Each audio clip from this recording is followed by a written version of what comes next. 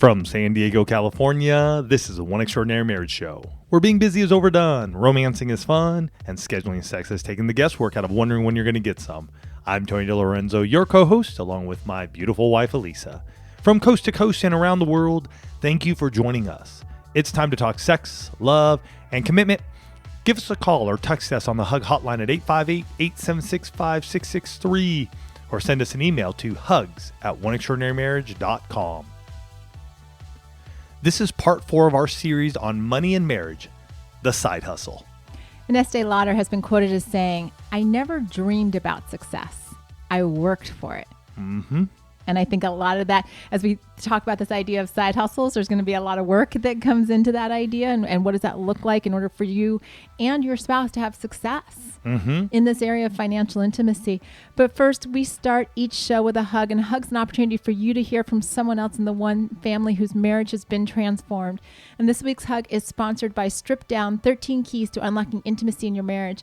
And this book, among many things, is going to help you get on the same page financially so money struggles won't be such an issue in your marriage. We're going to share a little bit more about it later in the show. Now, the hug actually starts, it's a little creative. It says, "I know most of these hugs start out with, 'I found your podcast and the first episode I heard changed my life.' I can't say that, but please stick with me." He goes on to say, or this person goes on to say, "I found your podcast several years ago and it filled me with hope. At the time, I wasn't able to communicate my needs to my wife. Hearing you talk about your relationship caused me stress, and so I unsubscribed. Fast forward to me getting a new job and overcoming some of my insecurities.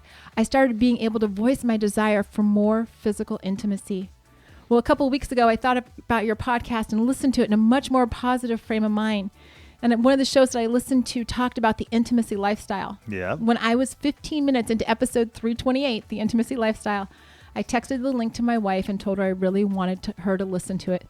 The way the two of you shared about Tony feeling rejected and Elisa's feeling of overwhelm, it really struck home with both of us. The next time I saw her, she apologized with tears in her eyes and said she didn't really understand how I was feeling about our physical relationship. Even though we were talking about how I wanted more, it took your words and experience for her to see how really important it was to me. Thank you for the hope this is providing in our relationship." Love it, love it. You know, these are the types of messages and hearing how this impacts you guys. This is why we get up and do what we do every single day. It's why we tackle the tough topics, whether it's about sex or, the series that we've been doing on money. Because awkward conversations around like the big topics, they're a factor in marriages. And finances is one of those big ones that we deal with on a day-to-day basis, as we've been sharing throughout the show. Right, throughout this series. Throughout this series, yes. We started part 1 with bringing our finances together. What does that look like? Part 2, those money conversations. What are we doing? And hopefully through this series, it's opening up that money conversation for you and your spouse. Part 3 was dealing with debt. And I know a lot of you have hit us back in talking about that and the weight you feel from it. So that's where we jump into part 4 here today. And we talk about that side hustle and how you can bust through that debt or other things you want to do. Absolutely. And a quick definition of a side hustle, because maybe there are those out there that haven't heard that term before. And it's something that you're doing outside of your regular job to bring in additional money, right? Which obviously is a big, giant definition, but that's part of the beauty of it, right? There aren't a lot of constrictions on what that might be. And 88% of the one family has at least considered doing a side hustle. And I really think it's because, as we, shared last week when we were talking about debt, the number one reason why so many people are considering a side hustle or doing a side hustle is because folks want to pay off their debt. You want to get out of that. Yeah, that freedom that comes with it. Now, you may have to put a little work in now. You may have to put in a little extra time now. And yet there's an outcome on the other side of that allows you to live like nobody else. Absolutely. And, debt's not the only reason that folks think about doing side hustles. It could be travel. You want to travel more. You want to, take bigger trips, longer trips just the two of you. You want to be able to save, right? Let's have that nest egg. Let's have that emergency fund. You want to be able to do date nights and date your spouse again. And so that extra income allows you to be able to do those types of things. Or maybe you just want to invest in your future. Right? You want to be able to, invest in real estate, invest in, retirement, that type of thing. You want to be able to do it. And we get it. We have done a number of different side hustles. For, I would say, almost every single one of those reasons at one point or another. You know, it was always about, for us, like, what can we do? And I remember, because last week when we did talk about debt, one of the big things that we were looking at back in the day when we did have that debt was, what can we sell? And it wasn't called a side hustle back then. It was just more of a, what do we have around us? What do we have that we can make into money? Right. That we could sell, that we could find somewhere for cheap and then turn around and sell it. Those were back in the days when Amazon, this is back in the days when the big thing on Amazon was selling books. Right. And it could be from textbooks to just normal books, workbooks, finance books, whatever you could get your hands on. But finding those at garage sales or yard sales for dimes, quarters, and then being able to sell it on Amazon was great. eBay back in the day was a great place and still is a place. And there are other marketplaces, obviously. We're just sharing from our experience here. But that was a great place where we would find, and we knew we had in our home, top end gear. And I remember still to this day, our first sale on eBay was a North Face Kachatna jacket. It was a big old fat Gore-Tex Mountaineer jacket. And I was like, I think I probably spent a few $100s on because of what it was. And I was like, man, if we get $50, $100, I'd be happy. And I remember putting that thing up and people just bidding that thing. It was crazy. I don't remember what we sold it for, but it was a lot more than I thought we would. There have been times when Elisa was in direct sales, network marketing. We did some MLM type stuff back in the day. I remember there was a time, like, and many of you know from listening, my passion was cycling, and I loved cycling. And so there were so many different events going on. I decided to start a company called Cyclism Adventures. And this was a side hustle to just put on day events. So it would be anywhere from maybe like a 20 miler to the epic would be like in the 60, 70 mile range, tough events. We did that. Window washing. I did some window washing at one point to make some side money. I just have to laugh. The first thing I remember, and I'm just over here giggling, the first thing that I remember us selling on eBay was not that Gore-Tex jacket. It was actually that Norwegian sweater that you had from the girl that you were dating when we first met. Was it that one? It very well may be the Gore-Tex jacket. Okay. But that's what I remember. I'm like, yeah, we're getting rid of that thing and we're getting money for it because she's gone. I'm here. Sell the sweater. No. And then what you're listening to now, One Extraordinary Marriage Show. It started out as a hobby and became a side hustle as we began to write books and offer courses and do other things like that, to now it's our full-time business. It went from that side hustle where my other business became the side hustle and One Extraordinary Marriage became the full-time. And so there's been shifts, but all along our journey, and those are just some. I can't remember some of the others. Some of them were so quick I can't even remember what they were, but they were there because each and every step of the way we were looking at ways to save and see what worked for us. And when we did the show on debt, that was episode 499, we were talking about that amount of money, right? The number, the average number that is being carried in the one family is about $41,000. Correct. And, so this week, as we're looking at side hustles, I asked the question, I'm like, how much money would make a difference in your month? Right. And, cause let's just talk, what's that number? Right. How much is going to shift you from being like, to we're doing okay. And it was $867, and the numbers range. That was the average. And we had numbers all the way from like $1,000 up to, or $100 up to $5,000. Okay. Right. So big range, but give or take about $900 would make a difference for most in the one family. Yeah. And I mean, if you think about $100, that's an awesome date night. Once a month. And hey, for others, if your debt's a little higher or maybe you're going after certain things, that $5,000 would make a huge difference. And my mind works that I like to break things down. And so I looked up, I'm like, what's the federal minimum wage? right? What's this going to look like if we were just talking minimum wage? The federal minimum wage is $7.25 an hour. And I know that different states have different amounts, but we just got to stick with one number. So we go, what's the federal? You would need to work roughly 120 hours a month to be at that $867. Okay. Now, I don't know about you, but most people I know do not have an additional 120 hours on top of what they're doing. Yeah, well, that's 3 more weeks of work. Right. Mm-hmm. Yeah. You Full just don't. time. Full time. Yeah. Full time. You know, and so because of that, it allows you to really get creative in what does the side hustle look like, right? What can we do that's gonna push that needle above the minimum wage? You know, if we're looking at that, how do we get there faster? Yeah. Right. And how do we look at this, and how is this, first and foremost, because you're married, you need to ask the question, how is the side hustle going to impact our marriage?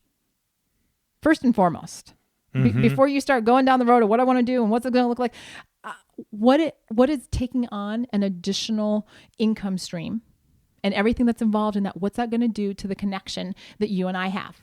Because the conversation needs to be about where you're at. And is it worth it at this time? And if so, you need to think in terms of how long are you going to do it? What is your earning potential in that time frame? Because if you're in, say, again, that range is $41,000 in debt, and say you sell some things at the home and whatever, and maybe you get down to 20. Are you looking at, hey, in a year, we're going to generate $20,000 and be done with it? Right. And then we're done with the side hustle. And maybe we may move on to something else. We may shut it down, whatever it may mean. But you also have to have those conversations. Taking away time from family, kids, other activities that you may be. What's the risk involved? You have to ask these questions depending on what you're going to get into. And we're going to get into what you may start here in a little bit. Like I shared a little bit, is this a short term? Like you're going to try something, or are you looking to honestly grow something that may replace what you're doing now?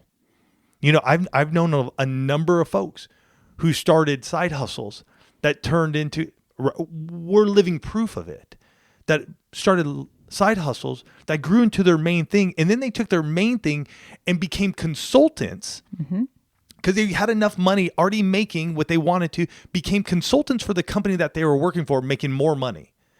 Crazy types of things that I've seen and heard. And what type of support do you need through this process? Because your spouse is going to be there, and you may not be doing it together. Your spouse may be doing it on their own. So how do you support one another? I remember when Elisa was doing a ton of direct sales, there were times that I was frustrated because she would be gone in the evenings, and she'd be like, oh, you know what? I'm going to do this show. I'll be home in a couple hours. And before you know it, it would be 4 or 5 hours, and I would be frustrated, and I didn't know how to support her through that. And so we had to walk through, what does it look like to be doing this? And what is the spouse who's, like you said, if you aren't working together in a side hustle, what does the person who isn't doing the side hustle, what kind of support do they need? I mean, that's really where the emotional connection really needs to be strong when you're taking on an additional something. So true. Because in marriage, when we're dealing with making a decision like this, right? A decision that, it's going to impact money and time and availability and all of these different types of things. You don't have the privilege of making that decision in isolation, right? Like you did when you were single, right? When you're single, you want to make a decision that, you're going to work an extra 5 hours a week. Who are you impacting? You're not. Go work the extra 5 hours. When you're married, when you have a family, when you do all of these things together, you make a decision on working an extra 5 hours a week or 10 or whatever it may be. You're impacting yourself, you're impacting your marriage, and you're impacting your spouse. And Elise and I have had to deal with this ebb and flow for many years. There were times that I would be working my other business all day long, come home, we'd have dinner, we'd sit down for a brief moment or two. And then honestly, I'd be behind the computer until midnight, 1 o'clock. She'd already be in bed. Kids would be in bed. And we had to work through those situations. And what does this look like for us? We got to a point where it was tough on both of us. And we got frustrated. And there was a point within the One Extraordinary Marriage show that all we did was one show a week. That's all we had time for. And, it wasn't going where we wanted to go, but we knew that's what we could do in this season of our lives. Mm-hmm. And there have been other times when, now where we're at, and as we are ramping up to where we are now, we knew the extra hours that were needed and supporting one another. But there were times when it was tough. We had our moments. I remember with Cyclism Adventures, putting on those 1-day events. Elisa was sort of like, cycling is your thing. And yet I was like, I need all the free help I can get. Like, we are serving 300 cyclists here today. You need to be out there helping. I mean, I remember recruiting my dad and some of his friends to help out to make an event happen so we could pull out profits. Mm-hmm. That's my goal in any side hustles. We're actually going to pull profits. We're going to have money that we can apply to our household income. Because that's a really good point. The idea of doing a side hustle is not to go into more debt, right? You're not giving up all of this time and energy and even the initial investment to continuously lose money. Oh, not at all. Not at all. Right.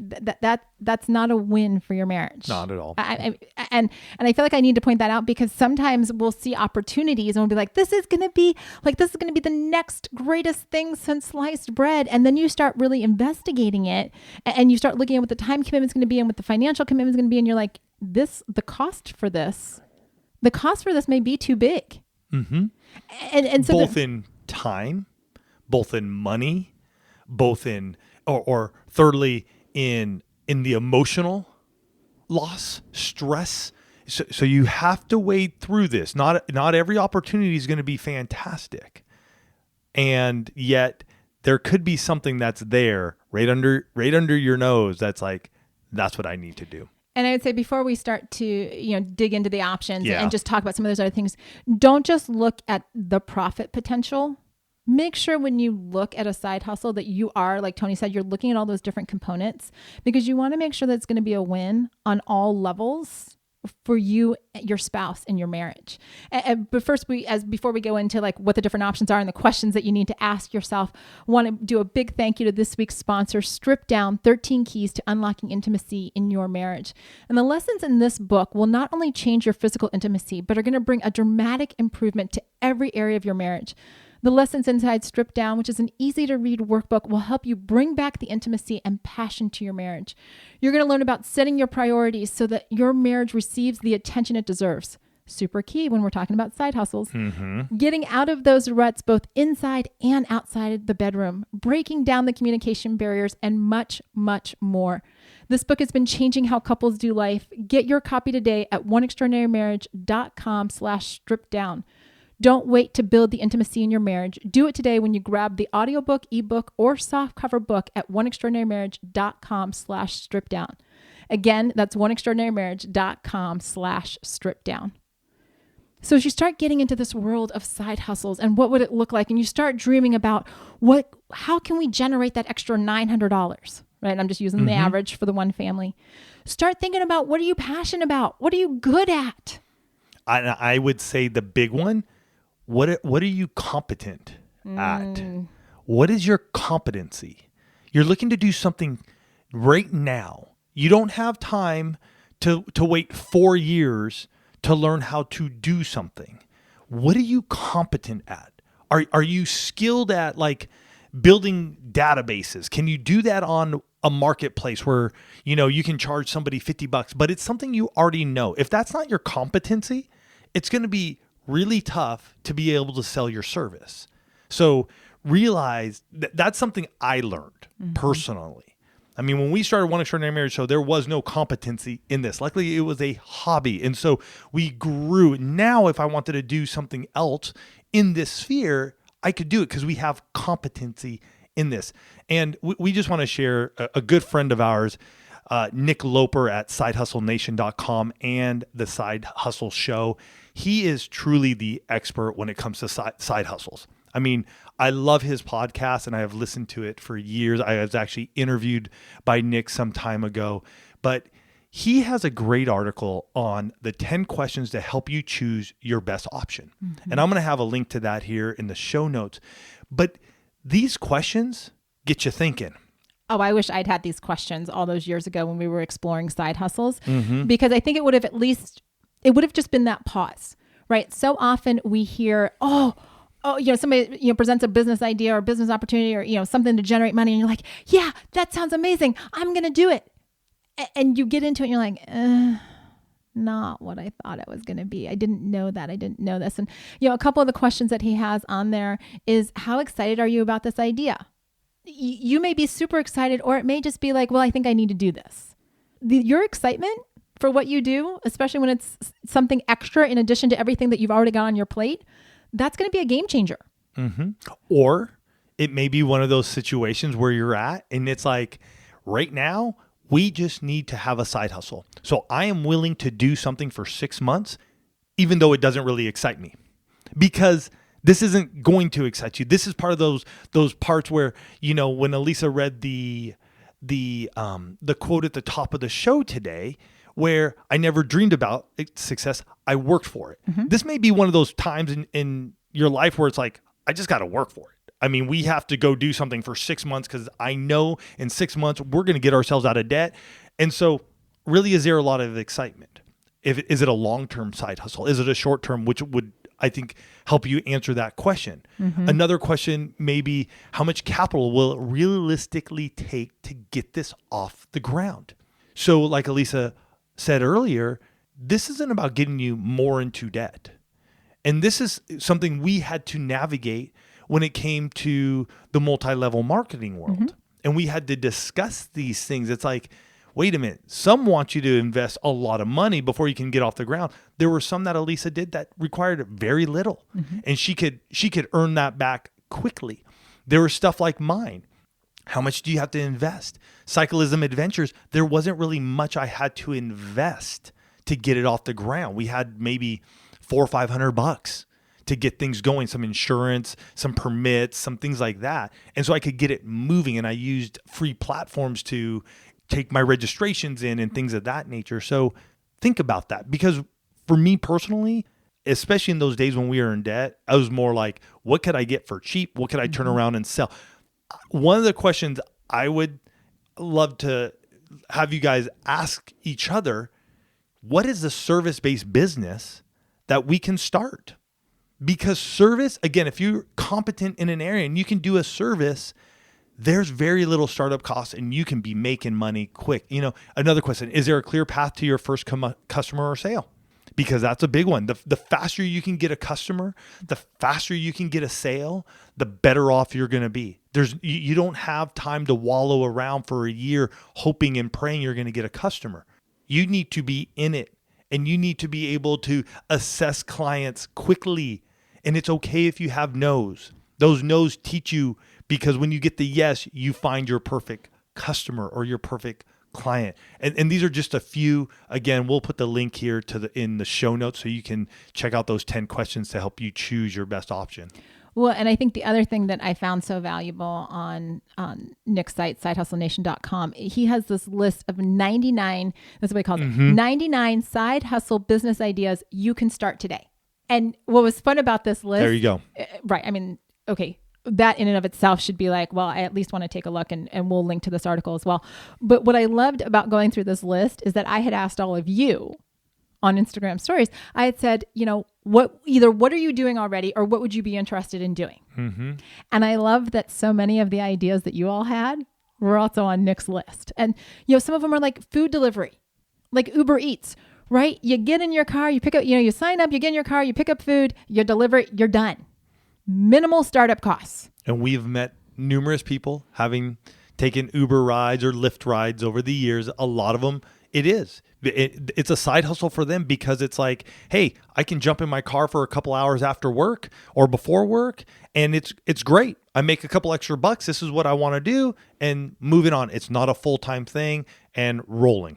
Well, I remember, just speaking to the driving, which is another thing in addition to the delivery. I remember last year when we were doing the California Coastal Trail and we were having Uber drivers, shuttle us between places. I remember one gal was telling us that she makes on average between, I think, like $25 and $30 an hour. And so if we're just talking about what the average minimum wage, if national average of minimum wage is $7, and let's say she's making $28 an hour, $29, she's making 4 times. she can get to that number 4 times faster. Think about it. I mean, those are the types now, of things. That may have changed over the years because those guys are always fluctuating. But You get the an example, again, a lot of you said Facebook, Etsy. That wasn't around when we were there. Facebook wasn't around like that.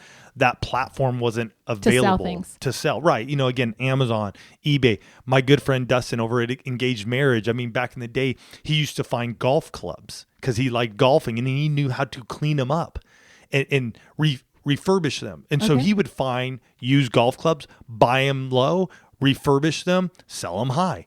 And that just, it depends on where you're at in the inventory you can find. Well, and again, the competency, right? He knew golf clubs. Yes. Like if I were to do that, it would be a joke. Right. Because I don't know squat about golf clubs. But here's an area where he's got a passion. He figured out how to make money on it. People are teaching English online. Right? There's a program out there called VIP Kid, Airbnb. Yep. People are renting out their rooms in their home. They may have something, just a room. They may have, Here in California, the casitas and the things casitas or the granny flats or whatever like that. Baking, that's again, it could be a passion. It could be something that you just enjoy. It's something like a baking. I would assume you have some competency in there. It's a service as well. Sports coaching or coaching. Do something that you're good at. Please do not become a life coach and think you're going to find a side hustle doing that because it's too broad. Right. Especially when it's a side hustle. If it's something that you're looking for long term, by all means, go for it. But like a sports coach, hey, you're really good at hockey. And you've been playing hockey since you were 6 years old, and now you're 27. You have 21 years of experience. You know what you're doing. And maybe for a couple hours a week, you can do a group coaching. And you know the parents, and you're just like, hey, this is what we're doing, and I'm charging $100 a kid for a 4-week session, whatever that may be for you in your area. Childcare, dog walking, pet sitting, catering, computer repair service. What? No, I was just going to say, when we were in Colorado a couple weeks ago, we actually had dinner with someone in the one family, and he was sharing that there was a season where he was a handyman. Right. That was a side hustle to help cover the bills and things like that. And he's just like, I found out that there are a lot of people that, can't hang their own pictures and can't do the little things around the house. He's like, and that was me. And I was doing it. I mean, we're in San Diego and I see so many handyman trucks and that's the same kind of thing. Like recognize the need, look around you. Where are you proficient? Where do people, where do you see an opportunity to fill what's not being done, and then go out there. And here's the thing though, go out there and charge for your services. That's for sure. Make sure you are charging appropriately. Don't give yourself away. The idea behind doing the side hustle, the idea behind chipping away this debt or saving or planning for travel is not that, it's like, I mean, it might be for a season. You want to be encouraged. I will tell you this, follow Dave Ramsey on Instagram, because when he's sharing stories of folks chipping away at their debt and the amounts of debt that they do, and you hear the side hustles and you hear how people have done it, it's incredible to have that hope and to go, oh my gosh, $50,000 in 6 months. What'd they do? They got crazy. And they said, we're going to do whatever it takes. And when you've got that $41,000 in debt, or when you need that extra $900 a month, come together as a team and say, how are we going to do this? What is our goal? And how are we going to tackle this? Not only tackle it, but stay intact as a married couple. There's so much potential for the two of you to literally link arms and to have this be such an incredible, viable area of your marriage. I mean, when we sat in our garage, guys, in January of 2010 and got behind these microphones for the first time, if you had told us that first recording would lead into our full-time business, I think we both probably would have fell out of our chairs laughing. I'm not even sure we would have been able to record the first show. Some of these side hustles that you're going to do, some of them, like Tony said, are going to be a short-term thing, and some of them are going to become something bigger than you ever imagined. Do it, right? Don't just dream about success. Create it in your marriage. Create it around your finances. Create it around this area of financial intimacy and grow together while you're tackling this area of growth. Yeah. And as you start your side hustle, here's the one thing. Do not let fear of failure stop you. Don't. believe me, we've failed. I'm sure there are a number of failures there that I just don't even remember anymore. And I will say, fail fast, fail quick, learn what you don't like, learn what you like, and go after it. And again, you don't need to spend a lot of money to start something. If you have a lawnmower in your garage and you can help out your neighbors or somebody, in your community, maybe some of the commercial buildings or whatever, and doing landscaping for them, and that can work for a season of life or a season of time in your life, then go for it. But you don't have to sit on something if you don't like it. You can start it, you can get it going, and make the money that you need. That $841, I think, $847 was the average there. You guys can do this. And we're excited for you as you continue going through this series, because there is a huge, huge way for you to have an impact on your marriage, on your debt, on your financial intimacy by starting a side hustle. Make sure you check out Nick Loper, because he is truly the expert over there at Side Hustle Nation. We love you guys. We're excited to hear about your side hustles. What's going on? We love the One Family. We know many of them in the Position of the Month Club. Our summit partners, they started side hustles and we use their services. And so we love hearing about what you're doing and how you're making an impact in your marriage. Love you guys. Take care. We'll catch you next week. And before I forget, part 5 of next week on our marriage and money series, we're going to be discussing planning for the future. Love you guys.